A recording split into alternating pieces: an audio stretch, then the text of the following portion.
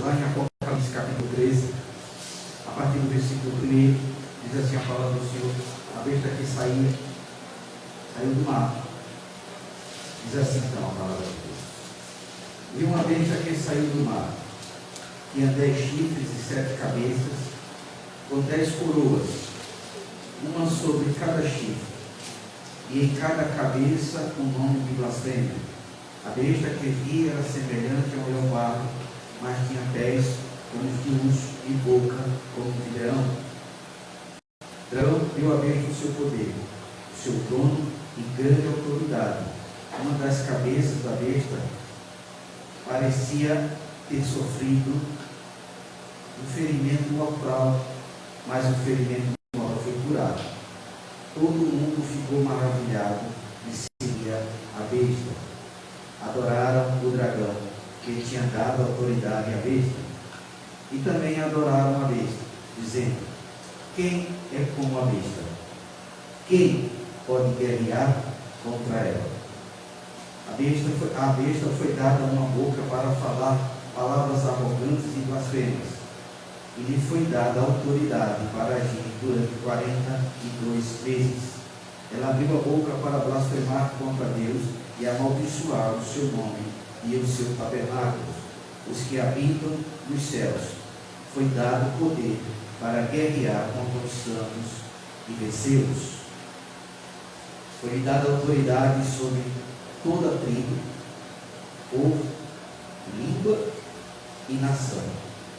Todos os habitantes da terra adoraram a besta, a saber, todos aqueles que não tinham os seus nomes escritos no livro da vida do Cordeiro, que foi morto desde a criação do mundo. Amém? Amém. Glória a Deus. Glória a Deus. Meus irmãos, na época de Noé, o Senhor verificou que houve uma grande multiplicação do pecado, da iniquidade, e o Senhor então trouxe uma sentença sobre aquela nação, aquele povo, aquela geração.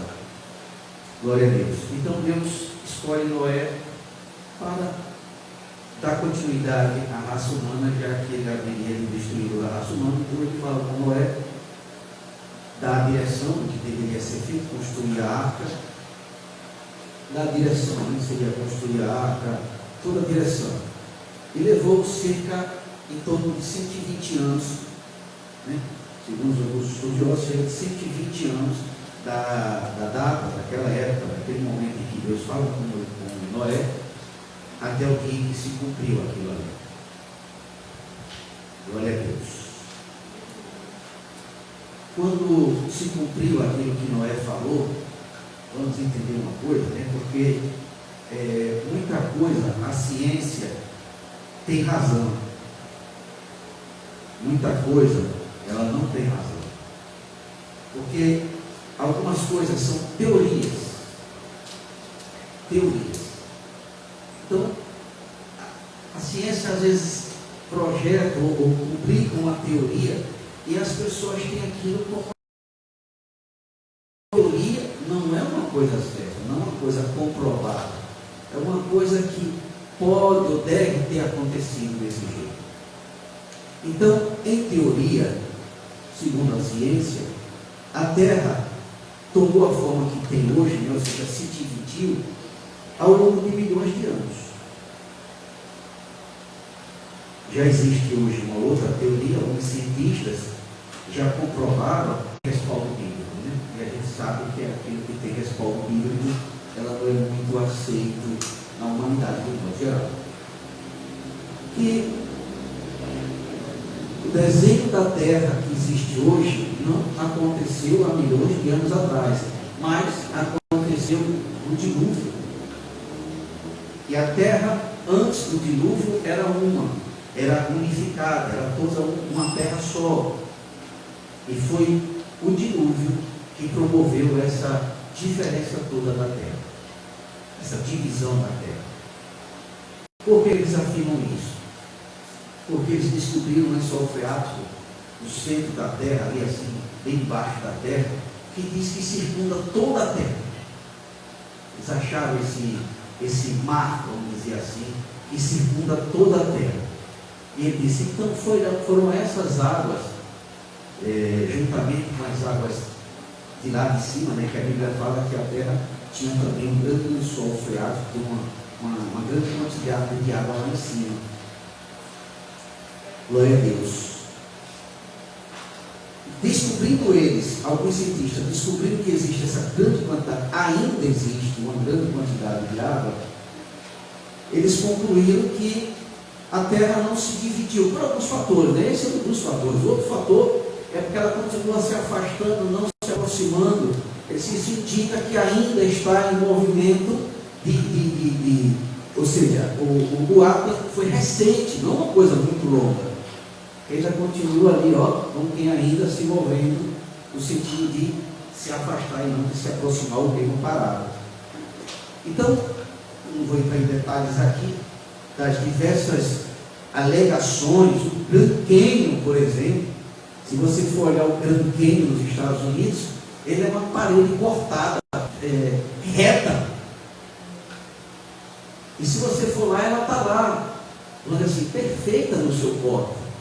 Aí eles alegam, ou questionam, como pode ser uma parede dessa, está aí há milhões de anos, sem sofrer ações do vento, do tempo. Vocês não justifica, ela já era para estar sendo deformada há milhões de anos, mas está perfeita, é porque ela não tem tantos anos assim, é porque ela é nova. Glória a Deus. Quando a gente vai examinar as Escrituras, lá em Gênesis capítulo 7, versículo 11, diz assim a palavra do Senhor: quando Deus falou para Noé, diz assim, Gênesis capítulo 7, versículo 11: no dia em que Noé completou os 600 anos, 1 mês e 17 dias, nesse mesmo dia, todas as fontes, escute o que está escrito na palavra de Deus, nesse mesmo dia, todas as fontes das grandes profundezas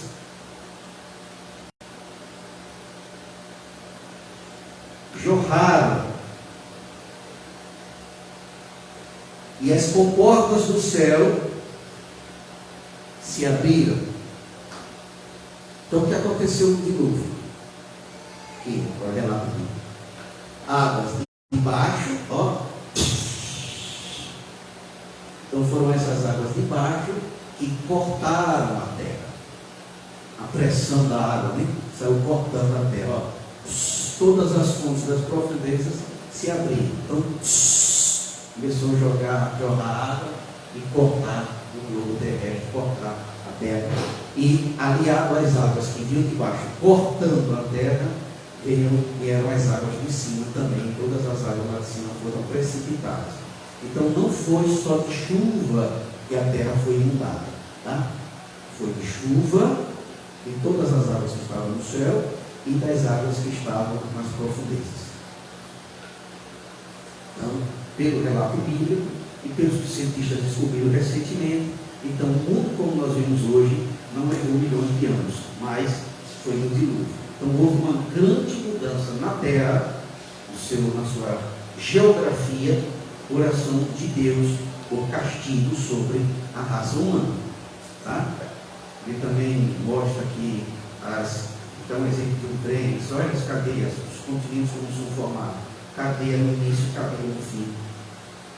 Ele disse, se você colocar um trem e ele colidir, você vai ver que ele vai criar um monte, os vagões, né, vão montar um em cima do outro, lá no início e no final. O meio não vai ter esse amontoado, no início e no final. Então ele mostra também outro exemplo. Ele só tem um continente, cadeia de montanha de um lado, cadeia de montanha do outro. Aqui é a América, né? Você vai ver lá do Chile, daquela região, cadeia de montanha. Você vai ver cá do lado do Brasil, cadeia de montanhas. Você disse por quê? Porque a terra andou e parou. Quando ela parou, seria as montanhas. Agora no dilúvio, não é? Segundo alguns cientistas, mudou completamente. O Senhor disse bem assim: a minha vinda será como nos dias de Noé. Estarão lá desapercebidos, estarão comendo, bebendo, dando-se em casamento, como ele disse. Aí Noé entrou na arca, fechou e veio o dilúvio. Assim será a minha vida. Sem as pessoas esperavam. Eu creio que naquela época não houve nenhum sinal daquele dia. Por quê? Porque até então não chovia na terra, tá? Por conta das águas que viviam sobre o globo da terra, não havia chuva sobre a terra. A terra primitiva, até o dilúvio, era como uma grande estufa. Então não havia chuva, vendaval, não havia nada disso. Era o ambiente, a terra foi um ambiente perfeito para a vida. Deus criou um ambiente perfeito. Ela se tornou imperfeita, começou a se tornar imperfeita depois do dilúvio. Então houve uma grande mudança sobre a terra, não só na parte do continente, mas agora chuva, vendaval, calor, furacões. Então começaram a surgir todas essas coisas a partir do dilúvio. Então não existia chuva, não existia nada disso. Então seria assim, não havia nenhum sinal, tá? Não havia nenhum sinal de que isso ia acontecer e não havia nenhum sinal de quando isso iria acontecer. Vê que foi assim. Eles realmente foram pegos de surpresa. Mas Jesus, indagado a respeito da vida dele, ele disse: olhem os sinais. No nosso caso, embora ele compare com Noé, mas ele vai comparar com Noé pela distração da gente. Tá? Preocupado com a própria vida, preocupado com o progresso, preocupado com o sucesso pessoal, preocupado em criar os filhos, em cuidar da casa, sei lá. As preocupações do mundo vai nos trazer a distração, olha só, que houve naquela época. Ou seja, naquela época não tiveram sinais. Nós temos os sinais, mas a distração não vai permitir que a gente observe os sinais. Esse é o comparativo, seria: olha os sinais, fique ligado, porque a minha vida vai ser precedida pelos sinais. Os sinais foram os diversos sinais que foram falados pelo Senhor, pelos profetas. Foram dados vários sinais para nós,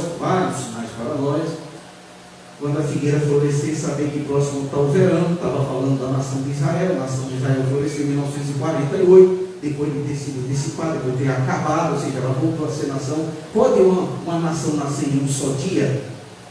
Profeta, né? Deus faz a pergunta através do profeta: pode uma nação nascer em um só dia? Pode uma nação nascer em um só dia? Ele diz: pois assim como a mulher na dor de partos, assim Israel nascerá, surgirá em um dia só.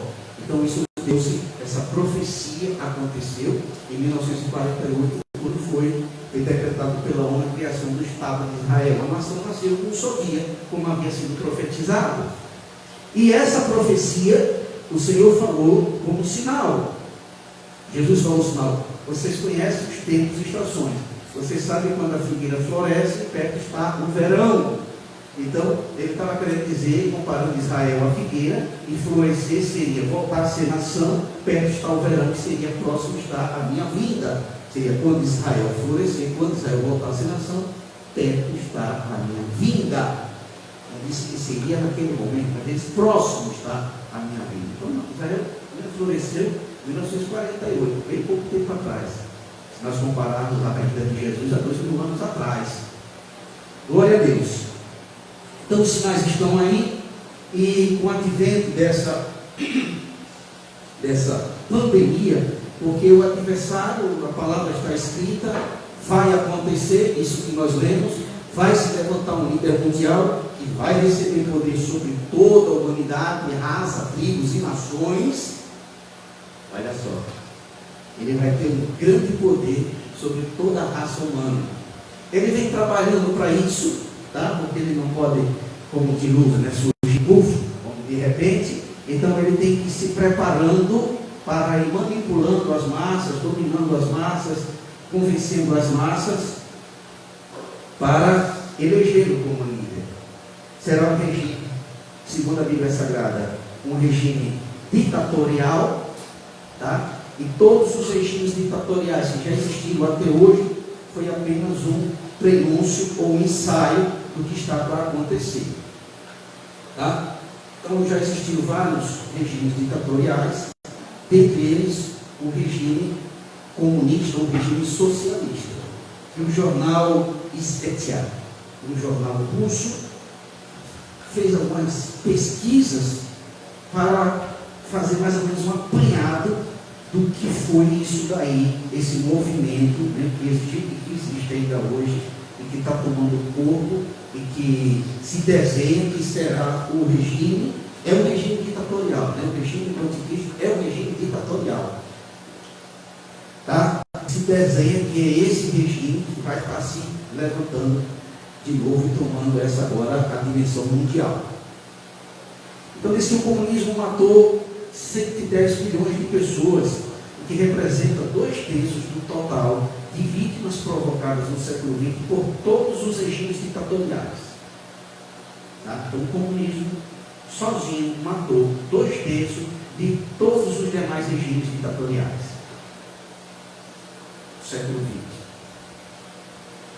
Aí diz aqui: o Diário Russo, que publicou os dados em espaço dedicado ao 80º aniversário da Revolução Russa, baseou-se em pesquisas realizadas por cientistas independentes da Suécia e dos Estados Unidos. A ex-União Soviética lidera a lista de países que fez mais vítimas. Segundo o jornal, foram mortos 62 milhões de pessoas entre 1917 e 1987. Em seguida está a China comunista, onde foram eliminados 35 milhões entre 1949 e 1987. O Izvestia cita outros países cujas ditaduras provocaram extermínios, como Camboja, 2,2 milhões de vítimas, Vietnã do Norte e Coreia do Norte, 1,6 milhões cada. A ex-Iugoslávia, 1 milhão. A Etiópia, 725 milhões. A Romênia, 435 milhões. E Moçambique, com 198 mil. Tá? Perdão. A ex-Iugoslávia é 1 milhão. A Etiópia, 725 mil pessoas. A Romênia, 435 mil pessoas. Moçambique, 198 mil pessoas. Tá? A pesquisa aponta o soviético Joseph Stalin como o maior assassino. Seu regime teria matado 42,6 milhões de pessoas. Tá? Esses regimes foram os que mais mataram. Dentro desse regime, seria o maior assassino desse grupo aí, dessa coisa, seria o Joseph Stalin, lá na Rússia, né, que matou. Dentro dessas vítimas, desses movimentos ditadores, estão principalmente os cristãos, tá? Porque todo esse regime ditador, ele é contrário à palavra de Deus. Então, os primeiros alvos, um dos principais e primeiros alvos a ser perseguido nesses regimes é o cristão. Tá? Então, é proibido o culto, é fechado as igrejas, são presas essas pessoas, são mortas essas pessoas, tá? E uma coisa interessante como você vê que esses movimentos é uma preparação do anticristo, porque em todos eles é dado, todos esses movimentos, ele é dado ao cristão uma oportunidade de não morrer. E qual seria essa oportunidade? A única maneira de não morrer? Se negar a Cristo, se negar a Deus, se negar a sua fé. Glória a Deus. Recentemente começou na China de novo essa perseguição dos cristãos. E lá existe já uma religião em que os cristãos têm a opção de aceitar a religião que eles propõem ou morrer. Tá? Então, quem foram as grandes vítimas desse movimento? Os cristãos e todos aqueles que se opuseram ao movimento. Então, no regime ditatorial, não é tratado aqueles que se opõem, aqueles que reclamam, aqueles que se queixam, aqueles que não aceitam, né, ser dominado desse jeito, ele não trata como uma democracia, né? Não, você não quer, mas tem que ser assim mesmo e tal. Não é tratado desse jeito. É tratado com rigor e é tratado com pena de morte. Então, esses números estão inclusos, esses grupos, basicamente esses dois grupos de pessoas, tá? Os religiosos e os opositores. Então, eles tratam esses grupos dessa forma: exterminando. Glória a Deus. Houve uma grande mudança no cenário mundial depois do dilúvio. E uma das coisas que o Senhor quer dizer também é que quando o outro Cristo se levantar sobre a terra, vai haver também uma grande mudança no cenário mundial. Quando esse movimento da pandemia começou, lembre que o diabo, ele é um mentiroso e um enganador. Então o diabo, ele nunca vai promover a sua desgraça dizendo que está fazendo mal a você. Ele sempre vai promover, assim foram os movimentos, né? Vai promover a sua desgraça, a sua destruição, dizendo que está fazendo bem a você. Assim foi Hitler na Alemanha. Alegando que estava querendo proteger os judeus, ele primeiro pediu que os judeus se identificassem, colocando uma pulseirinha no braço com a estrela de Davi. Ele disse: olha, nós estamos querendo proteger vocês são aqui alvos, são perseguidos e nós queremos proteger eles. Então, eles pediram que todo judeu colocasse uma estrela de Davi, uma pulseira com a estrela de Davi, para identificar que era judeu. Depois, eles pediram para que essa proteção efetivamente acontecesse, que eles entregassem ou relatassem os seus endereços, né, para poder ele ter um cuidado mais próximo do Senhor. Esse foi o segundo passo lá na Alemanha. Depois disso, eles convocaram, chamaram, levaram todos os judeus que iriam levar ele para uma área onde estariam protegidos. Já não seria suficiente só ter o endereço, cuidar, mas que o movimento contra os judeus estava muito grande e era necessário que levasse eles para o local onde eles estariam, uma vila, um paraíso, onde eles estariam protegidos. E quando eles chegam lá, descobrem que eles estão num campo de concentração. Então eles não foram levados lá sabendo que ia para o campo de concentração. Eles achavam que estavam indo para o paraíso. Então é assim que funciona esse regime. A gente sabe que ele é proveniente do diabo, o diabo é mentiroso, enganador, pai da mentira, nunca se firmou na verdade. E assim ele está fazendo. Quando surgiu esse movimento, essa pandemia a nível mundial, eu dei um start aí, dizendo: gente, se liga, porque começou. Gente, se liga, porque começou. Ele já está agindo aquilo que Jesus falou há 2000 anos atrás, já estamos na iminência de ele se cumprir. Tá? Que é o quê? O anticristo, esse aqui que foi lido, esse líder mundial, que receberá poder na igreja, de uma determinada igreja, e será adorado por todos aqueles que não têm o nome escrito no livro da vida. Por que não será adorado por aquele que tem o nome escrito no livro da vida? Exatamente, porque não vai estar aqui. Porque vai ser um regime ditatorial, e como todo regime ditatorial, será perseguido a igreja, né, aqueles cristãos que sua vida não estava em harmonia com a palavra, e ficaram, e será perseguido todos os opositores. Tá? Aliado a isso, será lançado também o juízo de Deus, e haverá uma mudança completa, tanto no cenário econômico, político do mundo, como no próprio cenário geográfico. Haverá destruição de um terço da terra, haverá destruição de um terço da humanidade, então haverá grande destruição nesse período. Grande dor, grande sofrimento, Jesus escreve, como nunca houve antes. Então, tudo isso que nós estamos acostumados a viver, isso vai mudar a qualquer momento. O inimigo está trabalhando nisso. Essa pandemia foi a maneira que ele achou de estabelecer esse governo, esse domínio, para proteger você. Ele está tirando o seu emprego, para proteger você, está prendendo você em casa, para proteger você, está fechando igreja. Isso daí é para proteger você, para cuidar de você. Então já está sendo criado um controle mundial, que será um cartão, tipo um cartão de vacina. Tá? que isso nada mais é do que um controle mundial. É um controle mundial. Ele vai estabelecer isso como algo, o controle da doença, como algo benéfico, como algo que vai fazer o bem à humanidade, mas sempre tem algo escondido ou algo escuso por trás. E isso está sendo o controle mundial. Já está sendo estabelecido a nível mundial, isso daí, tá? E tudo em função dessa pandemia. Significa o quê? O que é que nós estamos vivendo?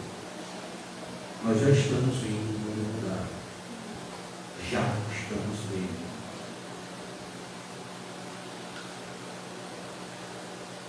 Já estamos vendo.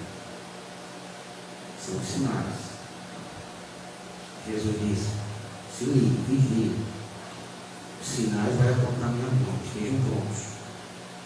Eu vejo os sinais e abra mão de tudo e se apronte. Então a gente tem que estar observando isso, tá? Hoje nós estamos aqui à tarde, semana que vem não estamos aqui, não sabemos a outra semana e não sabemos como vai acontecer. Esses regimes ditatoriais acabaram com a igreja, né? A Rússia acabou com a igreja? Não. Cuba acabou com a igreja? Não. China acabou com a igreja? Não. Não acabou. Mas a igreja, ela se reunia em lugares confinados, em lugares secretos, subterrâneos. Elas não podiam aparecer. Elas não podiam aparecer, elas não podiam se identificar, porque todo mundo, né, poderia denunciar um cristão e vinha lá a justiça, a polícia, vinha as autoridades e prendia ele, a família, prendia todo mundo.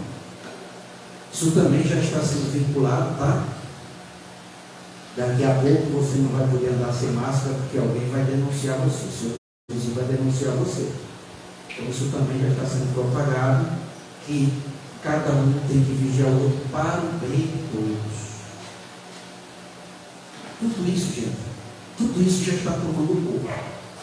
Então isso indica que Jesus, realmente, como ele tem dito, ele está às portas. Porque quando o diabo estiver prontinho, realmente, ele vai tirar a igreja dele e vai deixar que ele promova essa grande perseguição, esse grande sofrimento, essa grande mudança no mundo. Tá bom? Então vamos ficar de pé, vamos orar.